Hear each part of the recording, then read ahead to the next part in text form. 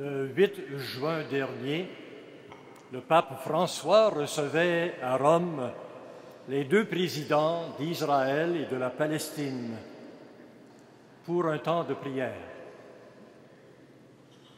C'est pour les représenter aujourd'hui et prier avec eux pour la paix à la grandeur du monde que nous avons déployé ici les trois drapeaux d'Israël, du Vatican et de la Palestine.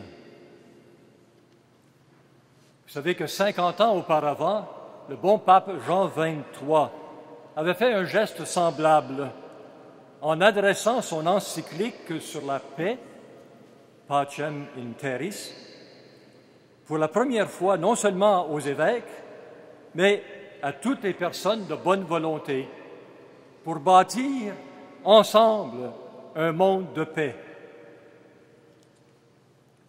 Le conflit actuel au Moyen-Orient est vraiment le symbole de notre monde qui s'entre-déchire à la grandeur de la planète. Alors comment envisager un immense défi de paix mondiale avec réalisme, mais surtout avec espérance?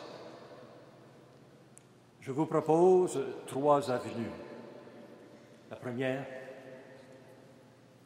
nous connecter en profondeur. Dimanche dernier, ici même, un couple, parent de 11 enfants, nous l'ont dit. Si on n'est pas connecté profondément à l'intérieur d'un couple, dans le couple d'abord, puis avec les enfants, la famille éclatera facilement.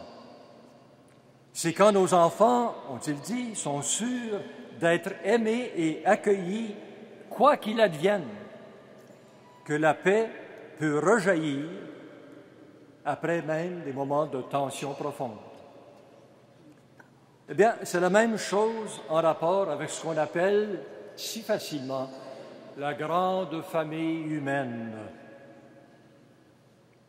Nous avons besoin de sentir que les gens du lac Mégantic sont nos frères et sœurs quand leur village est éventré par un convoi de pétrole et qu'ils prennent des mois et des années à relever le défi ensemble d'un recommencement, comme on a entendu parler hier. Je dois ressentir aussi que les Autochtones de l'Ouest ou du Grand Nord font partie de ma famille quand leurs droits sont bafoués et que leurs adolescentes sont prises dans les filets de la prostitution. Que les Noirs d'Afrique qui meurent du virus du sida ou du nouveau virus de l'Ebola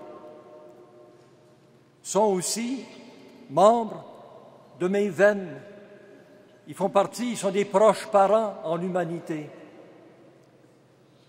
Toutes ces personnes sont ce que nous sommes, des hommes, des femmes, des ados, des enfants, avec la même soif de bonheur, de liberté, le même désir profond de vivre en paix. Et notre foi à nous dit qu'ils sont en plus tous aimés du même Père, le Dieu vivant. Alors si je n'arrive pas à vivre une parenté profonde avec ces gens-là qui sont loin, je ne me sentirai pas concerné, inquiété, touché par ce qui leur arrive. Et je ne ferai rien pour que ces populations, comme nous, retrouvent la sécurité et la paix. Je me rappelle ce qu'un pasteur allemand avait écrit lorsque les nazis ont pris le pouvoir au début de la Seconde Guerre mondiale. Voici. Quand les nazis sont venus chercher les communistes, moi, je n'ai pas protesté parce que je ne suis pas communiste. Quand ils sont venus chercher les Juifs, je n'ai pas protesté, je ne suis pas juif. Quand ils sont venus chercher les syndicalistes, je Je n'ai pas protesté, je ne me mêle jamais des questions syndicales. Quand ils sont venus chercher les homosexuels, je n'ai pas protesté.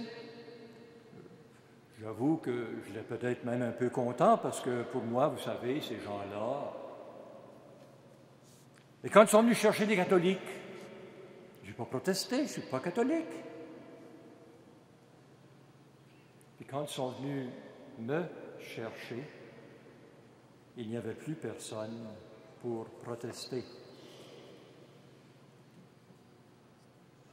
Vous savez comment on forme les soldats pour qu'ils puissent tuer sans ressentir de culpabilité? D'une certaine façon, on les désensibilise, on les déshumanise pour qu'ils puissent tuer quelqu'un sans voir qu'il y a une personne là, mais simplement, comme dans un jeu vidéo, un ennemi à abattre. En fait, un bon soldat n'est pas supposé ressentir quoi que ce soit de compassion. Il tue en obéissant aveuglément à des ordres, ce qui pourtant provoque après coup des traumatismes affreux et de nombreux suicides. Et de nos jours, il y a quelque chose d'encore pire qui est en train de se passer. On forme même des enfants soldats de la même manière, pour qu'ils arrivent à tuer même leurs parents. Des enfants à qui on donne des fusils plutôt que des caresses et un avenir. Hier soir, on vibrait quand le groupe Allegria chantait « Pour les enfants du monde entier ». Vous savez, cette belle balade, là, c'est tellement beau. Parce que les enfants, c'est sacré, c'est l'avenir de l'humanité.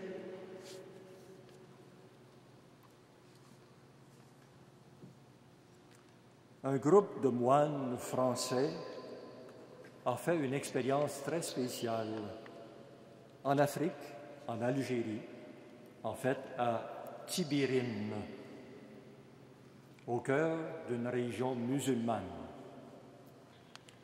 Plusieurs d'entre vous avez vu le film des hommes et des dieux, vous vous souvenez? Alors leur prieur, Christian de Chergé, a écrit ceci. Pour vivre en paix ici, il faut avoir découvert et aimé ce peuple, être connecté en profondeur, rejoindre les autres par le puits en moi et en eux, qui se nourrit à la base du même cours d'eau.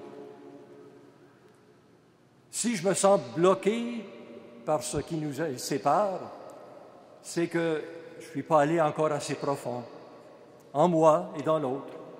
Je suis trop à la surface, là où on sent nos différences et nos oppositions. Allons plus profond, là où nous sommes tous des humains, des frères et sœurs, là où nous sommes tous un. Il n'y a pas de paix possible si on n'est pas connecté profondément les uns aux autres. Mais il n'y a pas de paix possible non plus si on n'est pas des personnes libres, libérées. Et c'est la deuxième avenue que je veux explorer avec vous. Nous libérer ensemble. Vous savez, quand on sait que dans le monde actuel, qu'on dit civilisé, il y a 400 millions d'enfants esclaves, donc privés de leur enfance. Il y a 700 millions de fillettes et de femmes qui sont mariées de force. Il y a 1,6 milliard de chômeurs à grandeur du monde. On voit bien qu'il y a quelque chose qui ne tourne pas rond sur notre planète. C'est plein d'esclavage, encore aujourd'hui, et même plus que jamais dans l'histoire humaine. Or, personne ne peut se libérer tout seul. Il faut nous libérer ensemble, les uns avec les autres, et nous laisser libérer profondément par Dieu. Libérer de quoi?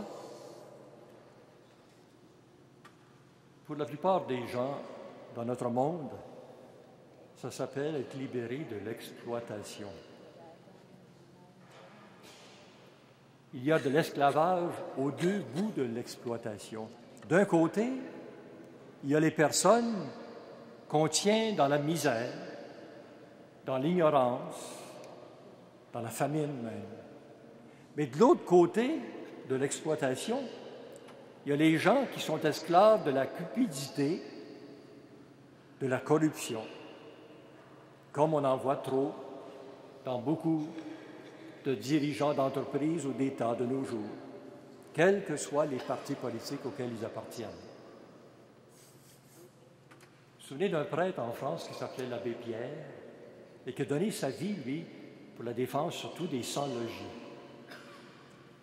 Il a lancé un cri d'alarme une nuit à Paris lorsqu'il a réalisé qu'une femme était morte dans la rue, morte de froid. Eh bien, il disait, quand la paix n'est pas la guerre à la misère, c'est pas la paix. C'est-à-dire que la paix sans la justice, c'est pas la paix. Ça mène à la colère, à la haine, à la vengeance. Notre pape François était au Brésil, vous vous souvenez, l'an passé, au mois de juillet, et dans le bidonville, le favelas où il était, il a entendu parler que, à cause des Jeux du mondial du soccer qui s'en venaient, l'État voulait pacifier ces endroits-là parce qu'ils étaient dangereux. Alors, ce qu'il leur a dit, c'est ceci. Pour rétablir la paix dans ces quartiers et pacifier les jeunes de la rue, ne mettez pas plus de policiers et de prisons. Donnez-leur de la nourriture et du travail, et la violence diminuera. Est-ce que nous autres aussi, on a besoin d'être libérés, de vivre une libération, nous autres, dans les pays développés économiquement? Bien, il me semble qu'un des principaux défis chez nous, c'est d'être libéré de la consommation compulsive. On peut tous en être attrapés. Voyez-vous, ce que ça fait, une consommation compulsive, c'est que ça entraîne une surexploitation des ressources naturelles et surtout des humains qui sont utilisés comme des machines. Ça entraîne aussi des inégalités entre ceux qui possèdent beaucoup, beaucoup trop, et ceux qui sont dépossédés. Bien, cette inégalité criante engendre des guerres pour l'accès aux dernières ressources énergétiques. Pas pour rien qu'il y ait des guerres au Moyen-Orient, c'est qu'il y a sous ces régions-là, il y a beaucoup de pétrole, il y a beaucoup de gaz. Et maintenant, nos principales guerres entre les pays vont être pour qui va posséder l'eau. Vous savez, quand il y a 2 milliards d'êtres humains qui n'ont pas accès actuellement à l'eau pour leurs besoins de base, l'eau potable devient plus sacrée que l'eau bénite. Eh bien, comme croyants en Jésus-Christ, nous préoccuper de ces enjeux de justice et de libération, c'est pas faire de la politique partisane, c'est nous rattacher à la longue tradition biblique où Dieu s'est d'abord révélé à l'humanité comme Dieu libérateur de son peuple chaque fois que celui-ci était opprimé. Vous vous rappelez, au temps de l'esclavage en Égypte, Moïse a entendu le Seigneur s'exclamer « J'ai vu la misère de mon peuple, j'ai entendu ses cris et je suis descendu pour le libérer. » Et lorsque cette même population d'Israël sera plus tard déportée en exil, comme le sont présentement des millions et des millions de gens réfugiés en dehors de leur pays, Cette fois, c'est le prophète Isaïe qui entend Dieu lui dire « Crie à pleine voix, les jours où vous jeûnez, vous opprimez vos ouvriers, vous jeûnez dans la dispute et dans la discorde, en frappant à coups de poing sur le pauvre. Ne savez-vous pas quelle est la religion qui me plaît? Rompre les chaînes injustes, délier et renvoyer libres les opprimés, partager ton pain avec celui qui a faim et héberger le sans-abri. Voilà la tradition d'où nous venons et que nous célébrons dans chaque Eucharistie, en renouvelant le passage de Jésus par la mort pour tuer la haine et faire triompher la vie. Parce que, voyez-vous, Jésus a reconnu sa mission dans l'appel de ses grands prophètes, Moïse et Isaïe. Tellement que dans sa première homélie à la synagogue de Nazareth, il a proclamé « Yahvé m'a envoyé libérer les captifs, apporter une bonne nouvelle aux pauvres. » Et tout au long de sa vie, Jésus fut un passionné de vie et de liberté. Un jour, un de ses amis, Lazare, meurt. Ça le touche tellement qu'il pleure en public, lui, un homme de 30 ans. Et comme signe de ce qu'il est venu faire pour toute l'humanité, il arrache à la mort Lazare et il arrache tout ce qu'il paralysait. Avec les jeunes de Cap Jeunesse, revoyons Jésus à l'œuvre pour libérer les Lazares d'aujourd'hui.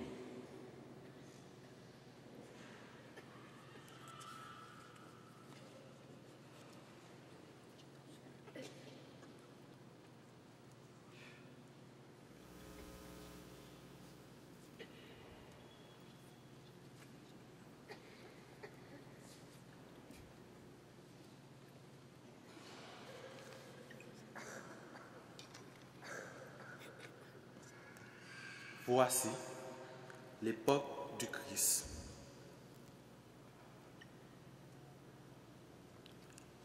Voici l'époque médiévale. Voici l'époque napoléonienne.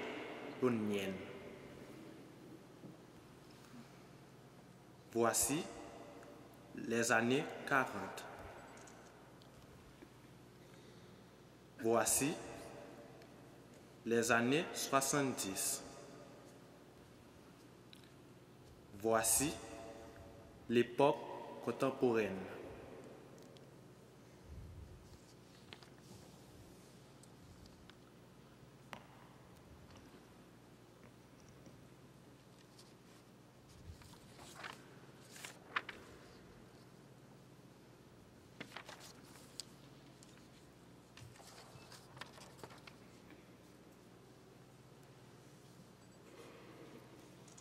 Roulez la pierre.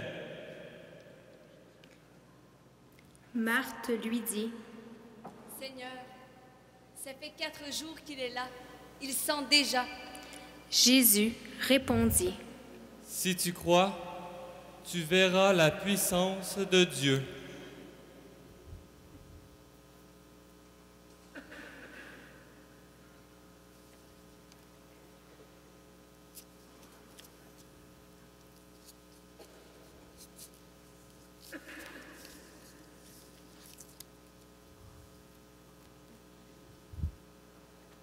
Lazare,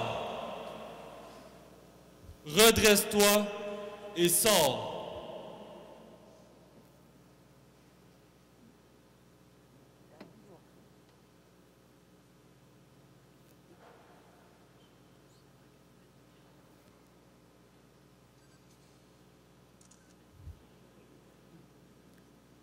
déliez-le et laissez-le aller.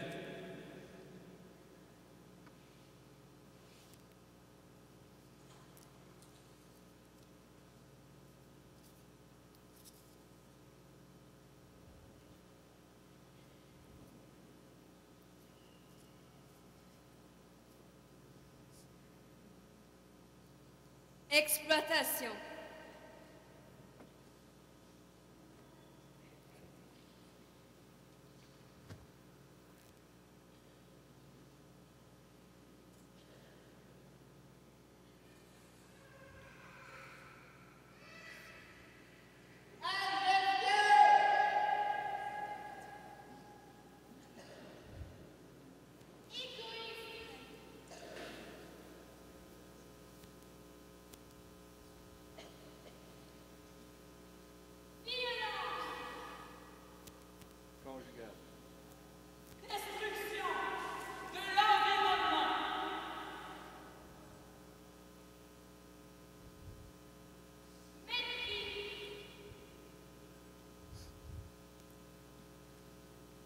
Et maintenant, c'est à votre tour de vous libérer.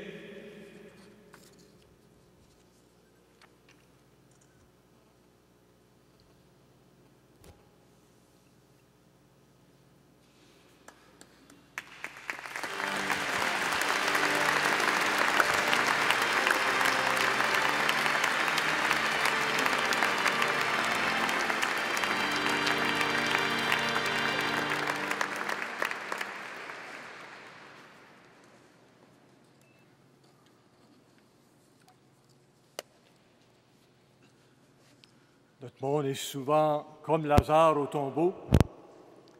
Si vous suivez comme moi certaines émissions, des commissions d'enquête, vous ne trouvez pas que des fois, ça sent déjà.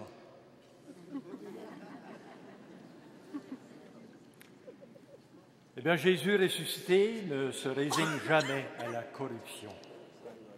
En lui, la mort n'a jamais le dernier mot. C'est à nous aujourd'hui qu'il demande de crier haut et fort, « Lazare, sors, viens à la lumière et retrouve toute ta dignité. » En fait, il nous demande de déclarer la paix. Déclarer la guerre, ça, on connaît ça. Parfois, même entre amis ou dans un couple, et surtout entre les pays. On sait comment faire ça. Mais déclarer la paix, ça veut dire quoi? Ça veut dire de refuser carrément toute spirale de violence. Et je vous donne un exemple. On se souvient du combat des Noirs aux États-Unis, le pays voisin. C'est pas fini, mais ça a été déjà pire. Le temps où tout était ségrégué, séparé. Ben, Dieu a suscité des femmes et des hommes, et entre autres Martin Luther King, pour rassembler les forces du bien, pour lutter contre cette ségrégation.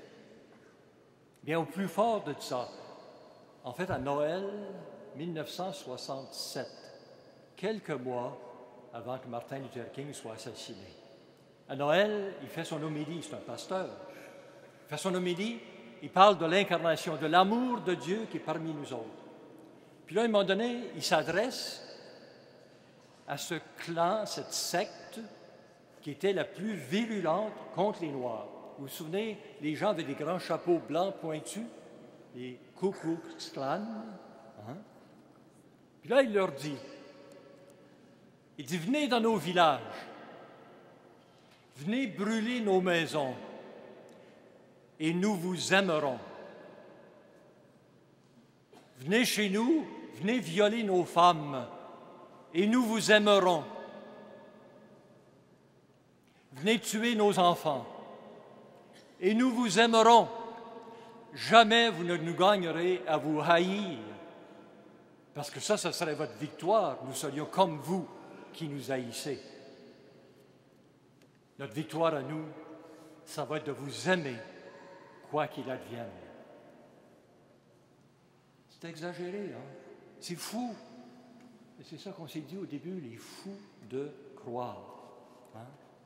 Mais ce n'est pas plus fou que ce que Jésus a dit à ses disciples un jour. Vous vous souvenez, les deux fils du tonnerre, Jean et Jacques, les deux frères, hein, qui voulaient que Jésus fasse tomber le feu du ciel sur un village qu'ils avaient mal reçu. Qu'est-ce que Jésus leur a dit? Vous ne savez pas de quel esprit vous êtes. On vous a dit, aimez seulement ceux qui vous aiment, haïssez les autres. Moi, je vous dis, aimez vos ennemis. Aimez-les. Ça ne vous empêchera pas de lutter contre le mal, mais aimez. Aimez jusqu'au bout. Ben, Jésus n'est pas venu nous apprendre comment tuer nos ennemis, mais comment tuer la haine en donnant sa vie s'il le faut. Évidemment, ça risque de tourner mal, comme c'est arrivé pour lui. Pour la plupart des prophètes ont été emprisonnés et assassinés. Et ça continue. Entre autres, dès que quelqu'un s'oppose aux armes nucléaires. Moi, j'ai un confrère, prêtre, au-delà de Marie Immaculée, américain, 81 ans. Il a passé 8 ans en prison parce qu'il était allé dans les endroits où ils fabriquent les ogives nucléaires. Il avait réussi à entrer quasiment miraculeusement. Et là, il a versé du sang humain sur les ogives pour montrer ce que ça fait. C'est là pour tuer, pas pour la sécurité de personne. Pas plus loin qu'en février dernier, cette fois, une religieuse, 84 ans, a fait le même geste et elle est en prison pour 3 ans. D'autres fois, c'est des gestes plus modestes, qu'on dirait. Dans notre région ici, il y a quelqu'un qui s'appelle Philippe Duhamel, à Grand-Mère. Lui puis d'autres font des manifestations pacifiques, jamais violentes, mais qui disent « c'est assez » aux efforts de guerre et de destruction. Alors c'est important de dépasser le sentiment d'impuissance qu'on a très souvent. Vous savez, ceux qui ont le pouvoir voudraient bien nous faire croire qu'il n'y a rien à faire. C'est fatal, ça va continuer comme ça jusqu'à la fin du monde. Il va toujours avoir des chicanes, il va toujours avoir de la guerre. Devant ça, c'est vrai que nos gestes parfois sont modestes. Comme signer une pétition, plusieurs l'ont fait ici en bas.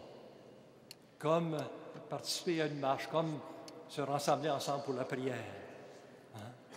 Ou un geste de réconciliation que je fais avec quelqu'un d'autre. À ce moment-là, on ne plante pas des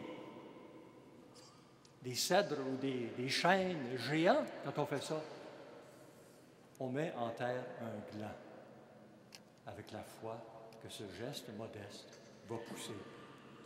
Le pape François le rappelait il y a quelques jours. Il ne s'agit pas d'oublier les injustices du passé, mais de les surpasser par le pardon, la tolérance, la coopération, la résolution de donner ce cadeau de la paix aux générations qui vont venir. Est-ce que c'est ça qu'on veut, que nos enfants, nos petits-enfants de demain vivent dans un monde en paix? Est-ce qu'on veut ça? On ne veut pas très fort, j'ai l'impression. Est-ce qu'on le veut? Oui.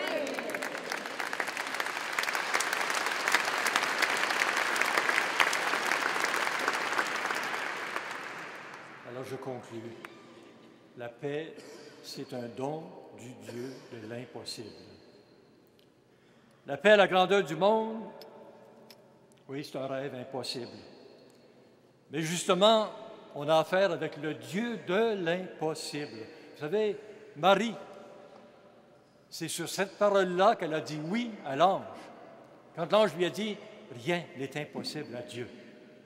Devenir mère de Dieu, c'était impossible. Rien n'est impossible à Dieu. Alors, la paix, c'est d'abord son affaire. Il veut nous connecter, il veut nous rassembler dans l'unité. Ce n'est la grande prière de Jésus. Dieu veut nous apporter une libération, hein? Comme Jésus, comme Moïse, comme Isaïe. Dieu veut nous déclarer la paix. Il nous a déclaré la paix, pas la guerre. Le soir de Noël, hein? Quand on a su que c'était pour les hommes de bonne volonté que la paix était donnée à la terre. Mais la paix, c'est aussi notre œuvre à nous autres. Toute la semaine, tous les 9 jours, on a chanté ça. Paix, c'est un peu de silence, du silence dans notre vie, de la prière. Oui, c'est important de commencer par là. Paix, un combat sans violence. Oui, ça va être long, cette lutte-là. Ça va continuer. Il ne s'agit pas de frapper avec du poing, avec nos poings. Il s'agit de ne pas laisser tomber les bras. Paix, c'est le fruit de l'amour. Ça, vous l'avez écrit dans les grandes banderoles en bas, tellement belles, sur les courtes pointes, partout. Vous avez dit ça, la paix, c'est d'abord une question d'aimer à fond.